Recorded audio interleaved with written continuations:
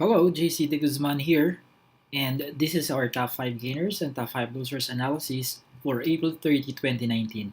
Today, I'll be talking about my technical analysis, overall sentiment with recommended plans of actions for the following stocks.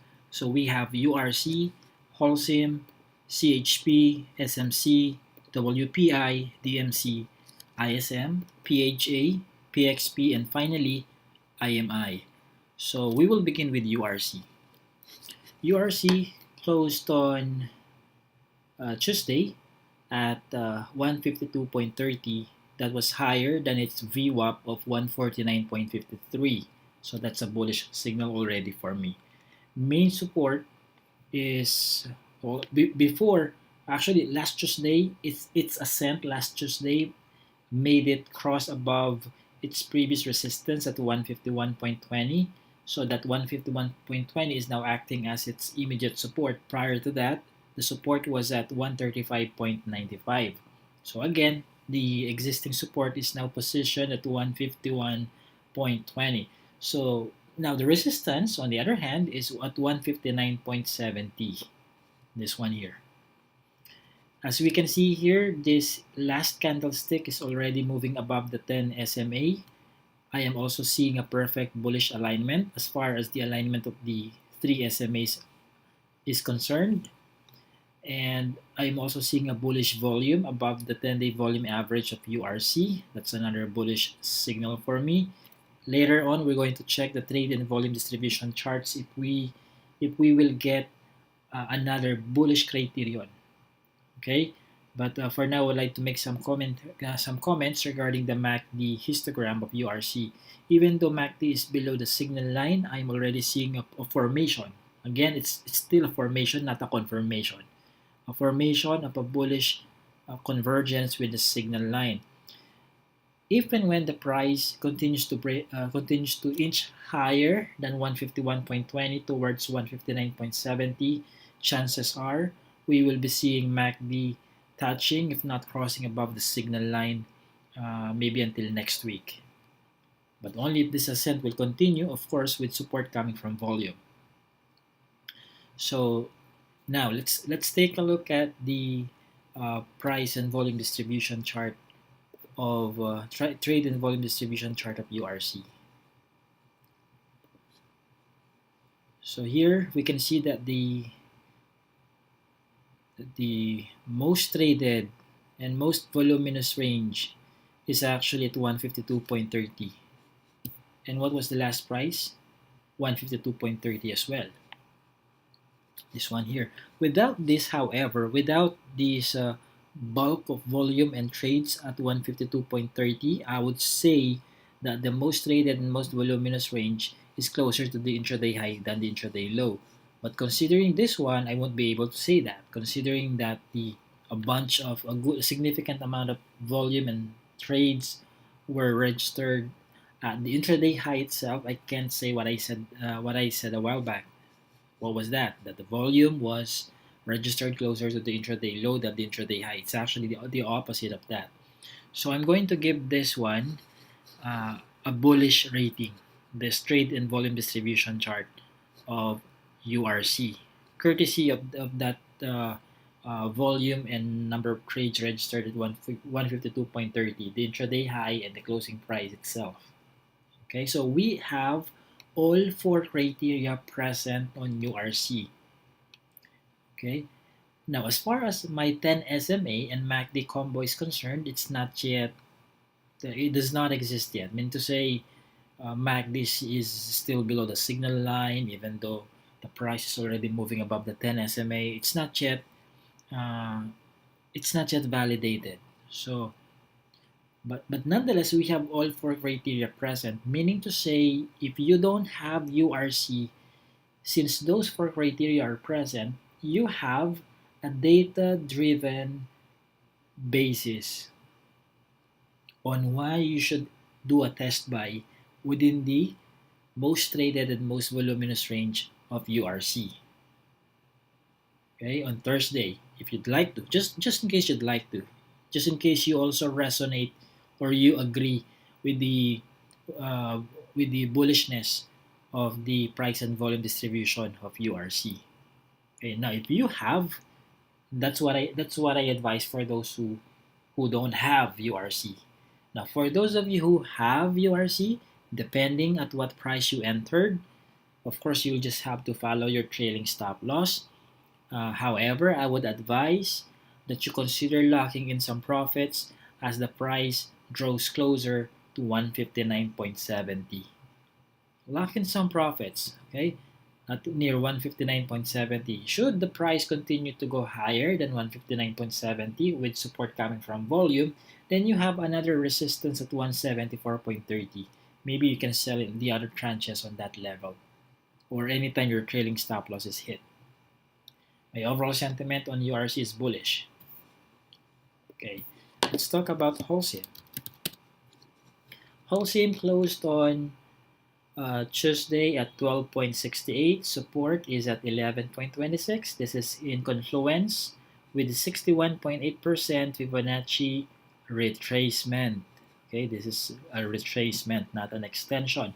Now, since I spoke about extension, let me zoom out or zoom in this chart so I can drag it to the bottom so we can see where its psychological resistance is, and it's near 14.78 or 14 point, we can say 14.8, which is in confluence with the 61.8% Fibonacci extension. It's extension this time, not a retracement. Okay, so that's 14.78. That's the psychological resistance of HLCM. It's already bullish in the short term on the daily as well as bullish in the long term on the daily chart also. I'm seeing a perfect bullish alignment as far as the alignment of the moving averages is concerned. The last price on Tuesday, which was 12.68, was above the VWAP of 12.59. That's another bullish indicator or signal.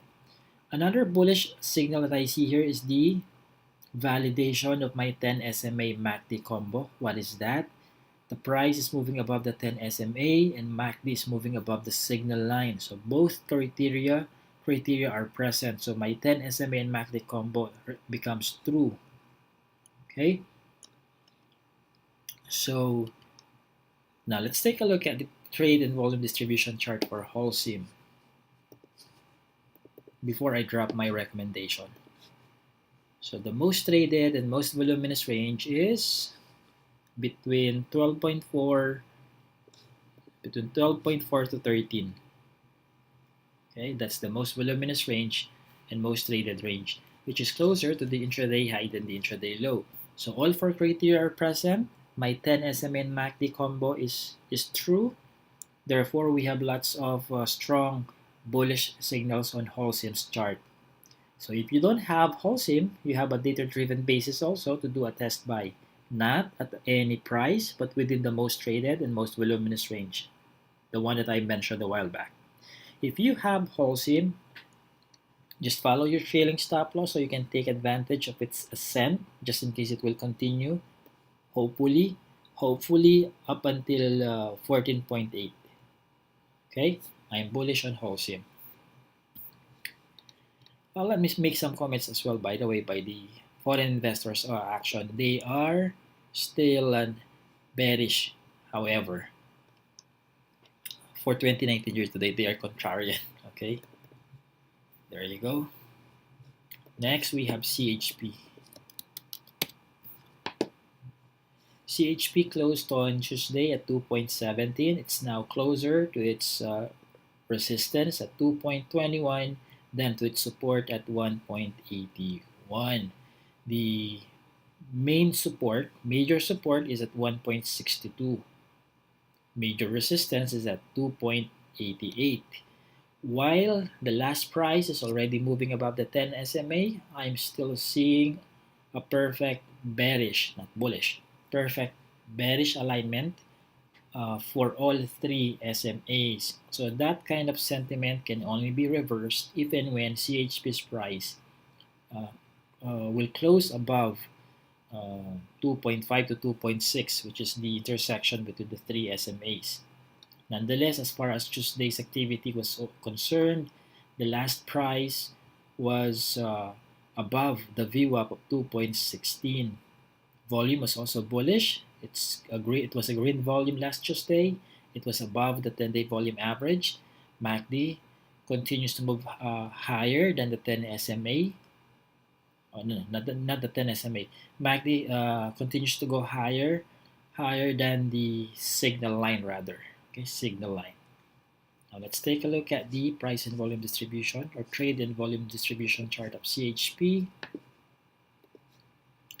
So the most traded and voluminous range is between 2.17 to 2.2. 2.17 to 2.2, that's closer to the intraday high than the intraday low. So that's another. We have all four bullish criteria present. You also have a logical reason to do a test buy within the range that I mentioned a while back. If you have CHP, I would say that you just maintain your respect to your trailing stop loss because it's a representation again of your tolerable risk.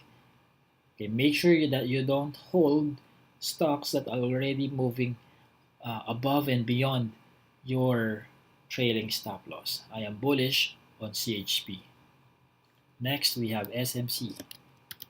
SMC closed on Tuesday at 180.5. Support is at 168.6. Resistance is at 181.82. Okay, now let me plot a Fibonacci here. So we will see where the psychological resistance is. Now we have to zoom in the chart so that it can be dragged to the bottom. So the psychological resistance is at 205 pesos. Make it 205.35 to be specific. It's in confluence with the 61.8% Fibonacci extension. We can also consider 196 as a precursor to the resistance at 205.35. So 196.10 or 196.20. Okay. So let's take a look at the volume. Was it higher than the 10-day? Oh yes, it was higher than the 10-day volume average of SMC. Foreign investors also bought about 35 million pesos worth of shares on Tuesday. Their 2019 year-to-date sentiment on SMC is bullish. MACD, on the other hand, let's check. MACD is already showing a formation of a bullish convergence with the signal line. It is yet to cross above the signal line, however. Now let's take a look at the trade and volume distribution chart of SMC. The most traded and most voluminous range is between 174. It's between 174 to 176. 174 to 176, and then we have 180.5 on top. Anyhow, these two ranges are closer to the intraday high than the intraday low. Now, if you don't have SMC, you can do a test buy within those ranges that I mentioned. If you have SMC, just continue to hold your position. If you'd like to top up, make sure that you top up within those ranges that I mentioned a while back. Should the market decide to act as a contrarian to our data-driven bullish forecast, make sure that you know where your trailing stop loss is so that you are not clueless on what to do when the price goes the southward direction. I am bullish on SMC. Okay, next we have WPI. WPI closed on Tuesday at 0.77. It is now on the level of its exact resistance, which is also at 0.77. Support is at 0.65. Actually, we can adjust our resistance level from 0.77 to 0.8. Okay, again, support is at 0.65, resistance is at 0.8. Let's omit these lines in the middle so that they don't cause any confusion. There you go. There was a towering volume last Tuesday, which was obviously higher than its 10-day volume average. MACD already crossed above the signal line as the price inches closer above the 10 SMA. Therefore, my 10 SMA and MACD combo is already true. Okay, it's already true. All right. Now let's take a look at the price and trade and volume distribution chart for WPI. The most traded and most voluminous range is between 0.72 to 0.78. That's closer to the intraday high than the intraday low. So my overall sentiment on WPI is bullish. If you'd like to do a test buy, just do it within that range that I mentioned a while back. Okay, in the opening. Now after 5 or 10 minutes, you have to do a new trade and volume distribution analysis. Okay, so that you can consider the trades that happened from the opening bell up to whatever time you'd like to reevaluate. If you need my assistance, I'm just a post away from our private clients forum. Now, if you bought WPI close to 0.65, I suggest you lock in some profits near 0.8, maybe half or one third of your shares if it's really a sizable holdings. Okay. Now, if you don't have WPI before you decide to do a test buy, sometimes not because all four criteria are present, it does not necessarily mean that you do a test buy right away. You have to ask yourself if you are happy with the reward to risk ratio that you're getting. If you're going to base your reward to risk ratio from the last price uh, and in relation to its distance from the main support and resistance, ask yourself, am I happy with the reward to risk ratio that I'm seeing right now?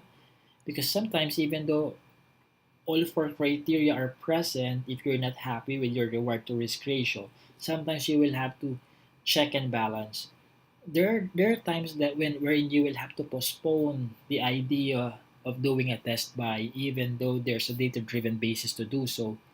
But you won't do that because you are not happy, you're not satisfied by your reward to risk ratio.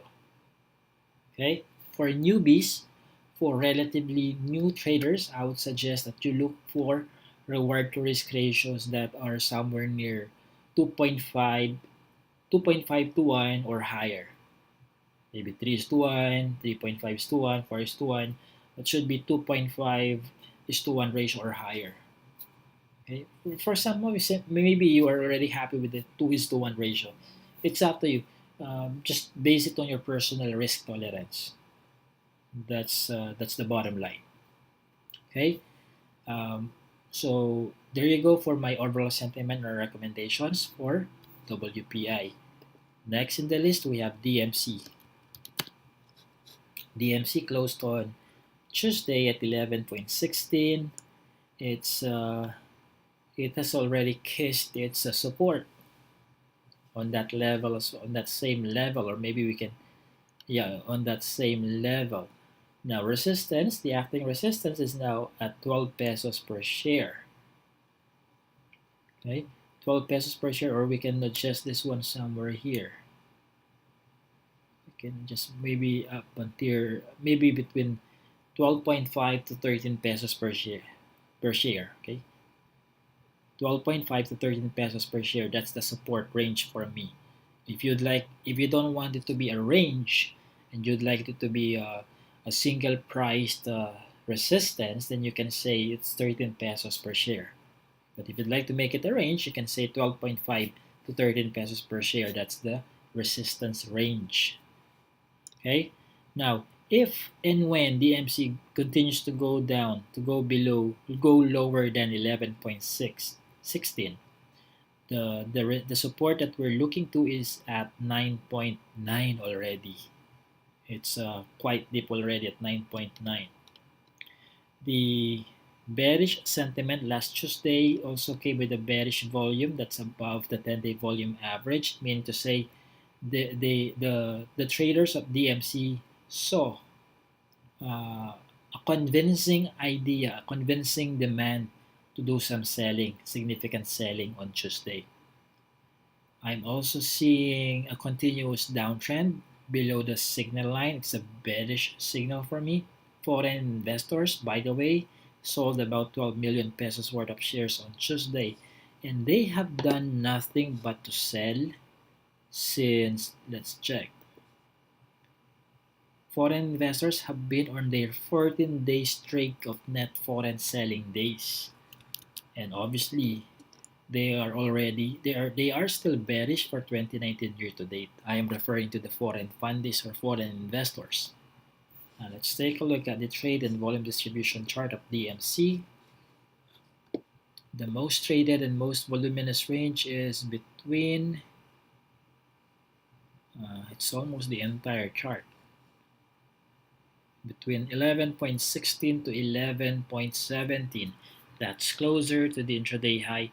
There's more volume, there's more trades that are closer to the intraday low than the intraday high. So this is a bearish day for DMC. So my overall sentiment for DMC is bearish. I suggest that you let the dust settle down before you considering buying more shares of DMC. Look for the presence of those four criteria that we always check. As soon as they are present, do a reward to risk ratio calculation. If you are happy with your reward to risk ratio, then you do a test buy. Again, not at any price, but within their most voluminous and most traded range only.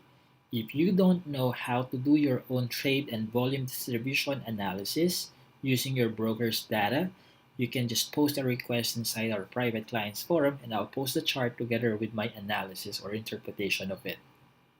Okay? Next, we have ISM. ISM closed on Tuesday at 5.34. Support is at 5.2. Resistance is at 7.36. That descent in price was lower than its VWAP of 5.90.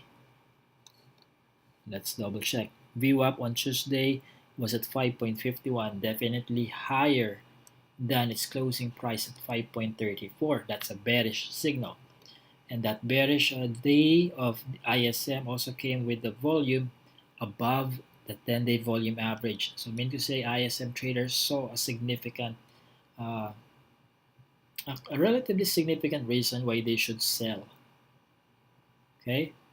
Now, foreign investors, on the other hand, just bought about 1 million pesos worth of shares of ISM on Tuesday. Nevertheless, they just print an insignificant amount of uh, net foreign trade on a daily basis. So I'm not going to factor in foreign investor sentiment in my overall sentiment for ISM later.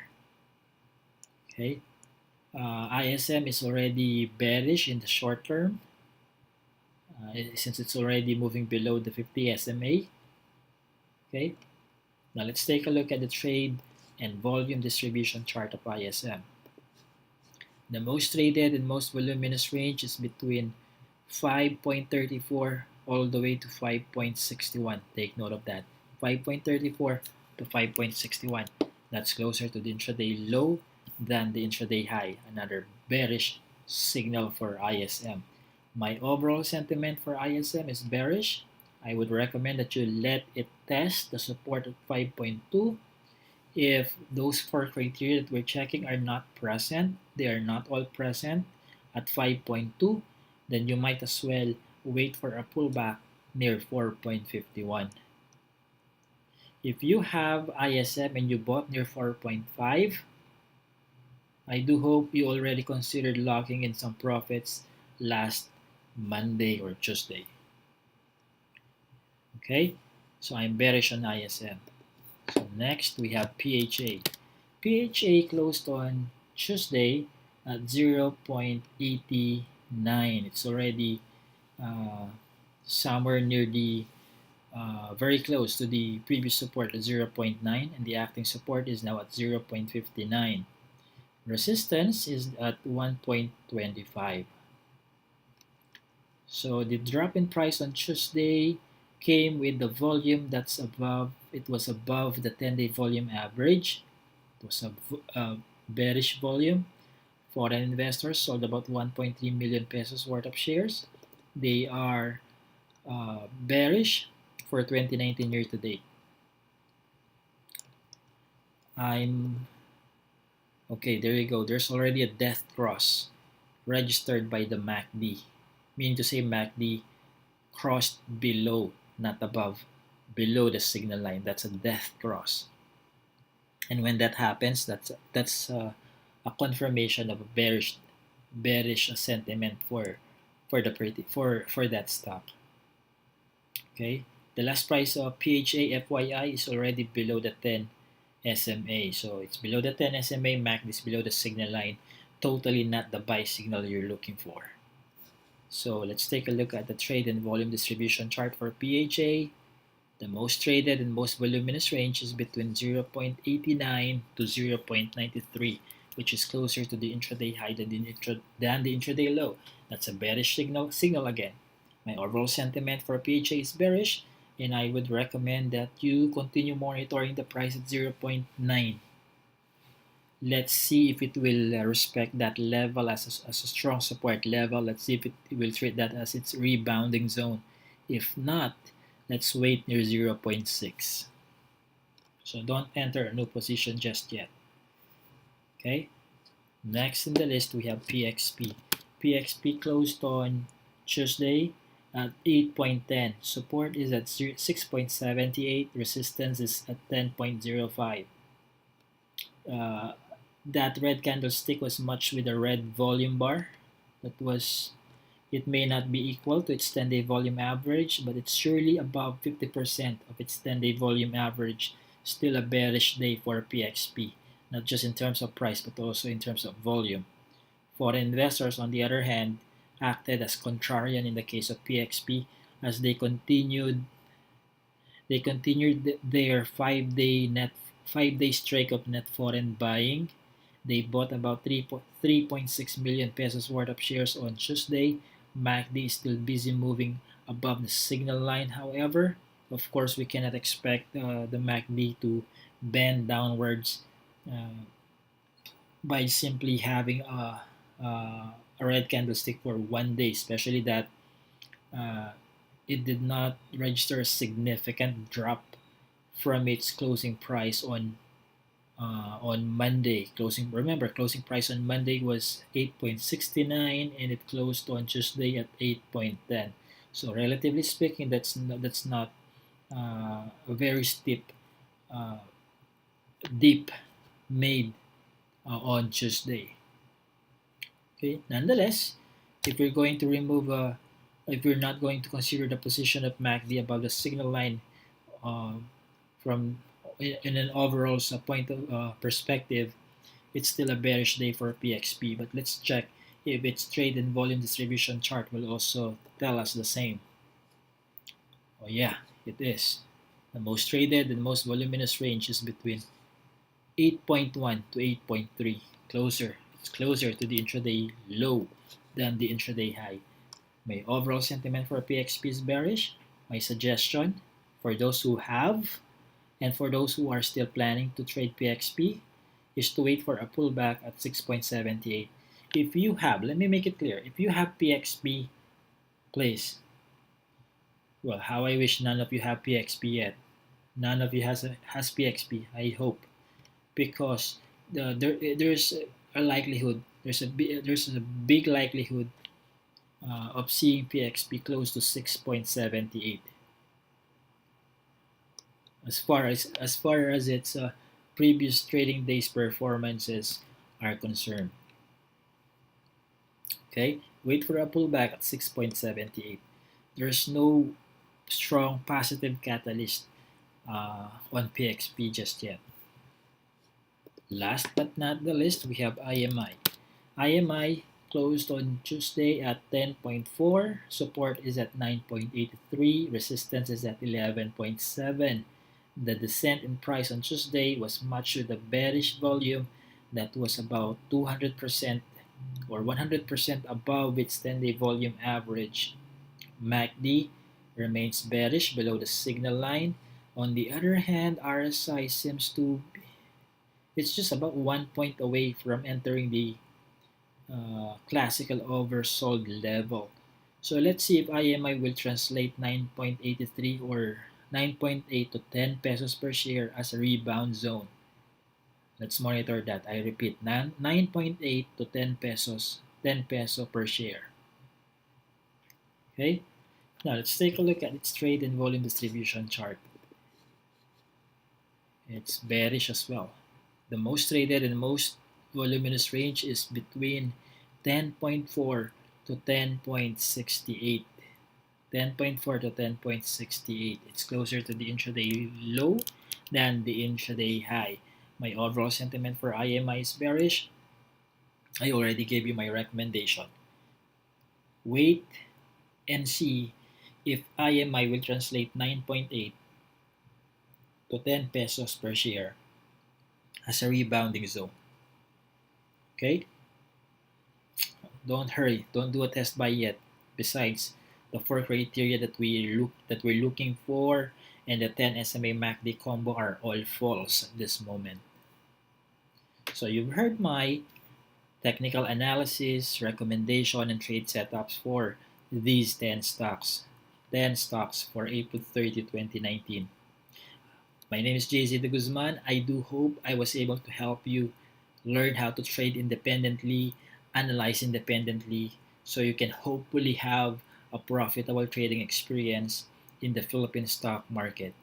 Have a profitable and disciplined trading day for the rest of the week. Thank you. Have a good day.